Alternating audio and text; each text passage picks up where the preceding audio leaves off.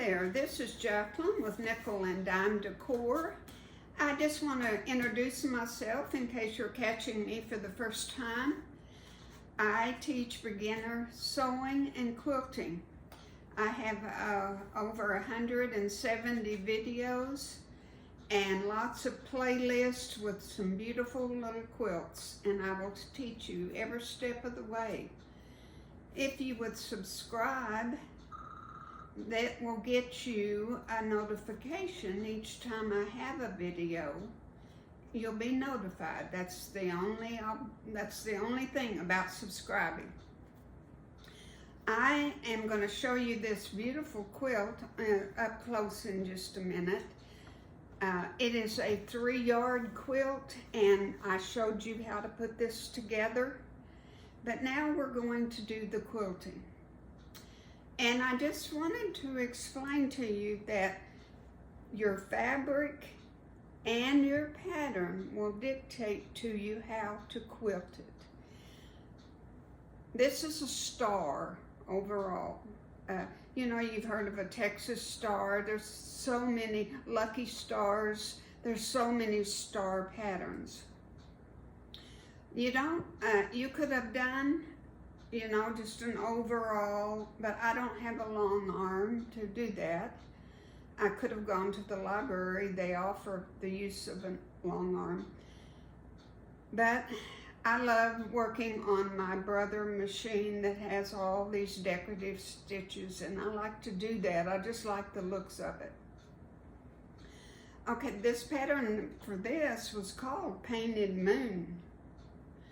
And it's only 3 fabrics, 1 yard each. So simple. Go back to the previous 2 videos and I will show you how to make it step by step. It's one of those, you know, I would hear people say, I can make that in a day. Well, I would say 2 days, but you can make the top in 2 days. Okay, now I'm gonna walk over there and put the camera down and show you something here. This is my thinking. I didn't want to do anything. See, if I did straight lines, I mess up the geometric pattern to this, the effect of it. So, and if I did swirls on it, I don't think it would have looked right. So, what do you think I did? I stitched randomly. I did not do every single one of them, but I went over, and you can't tell which ones are quilted, hardly, and which ones are not, can you? But this one and this one are quilted. You can see that one's pretty dominant, but I love it. That's what I wanted. You don't want to distort your fabrics if they are really making a statement, and this black makes this quilt. And that's a silver thread, so my thread, the pattern is silver. Well, I'm using a silver thread.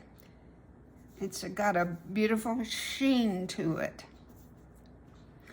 Okay, first off, I went right down the middle, all the way from top to bottom, and all the way across with this decorative stitch that is kind of a loop rope, and it has a little flower or leaves ever so often. I know you can't see it. I'll tell you what we'll do.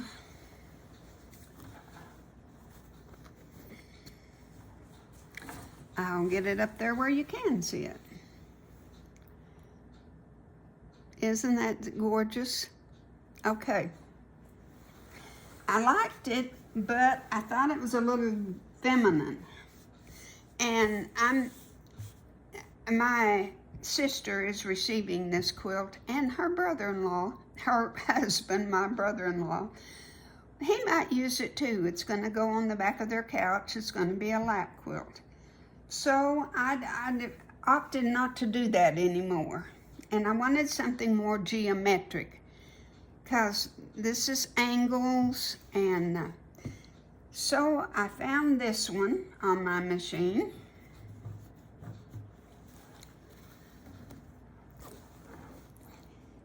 And it is 2 X's and then 2 X's across. But just a lovely stitch. And to me, that's more fitting to go ahead and to go around all of the triangles. So that's what I have done on this one right here. I've already got this done, and this, and this. And these two are both quilted on the lines. And I have not changed the look of my fabric at all. And that's what, just something you need to keep in mind.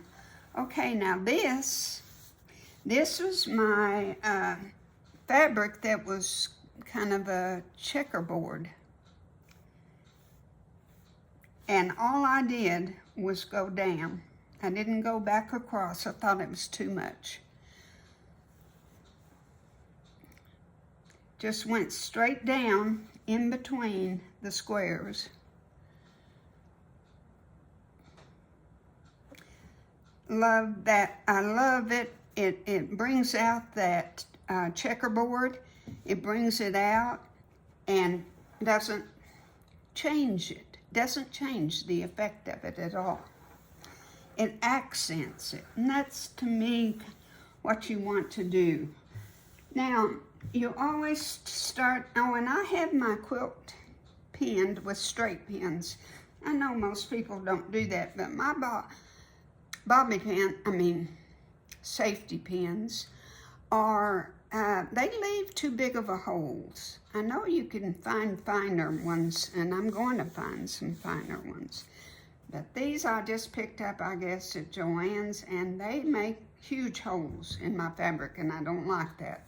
So I'm doing straight pins and getting stabbed every time I work with one. Now on the red. What would you suggest to do? You know, like I say, I don't want to do straight lines because of the pattern. I don't want to do that. So this is my thinking. I'm just going to do around the swirls and just do enough. I'm not going to do them all. Just randomly pick 1, 2, 3, 4, 5, 6, 7 probably. Just enough where you're 1.5 to 2 inches apart. That will be more than sufficient. If I really wanted to do it where it's not that noticeable, see, like this, you don't even know it's quilted, is to use red thread. And I'm kind of leaning in that direction. I think I will. I think the silver thread it wouldn't look right. So that's just a little point in case. I just wanted to show you. Remember what your fabrics are saying, and remember your pattern. You don't want to distort this beautiful, beautiful quilt. It's going to be gorgeous, y'all, I think. Oh, I didn't show you what I came up with for the back. It's just a solid piece, and I didn't have quite enough of it. So it's got on 2 sides, it's got a border of the red.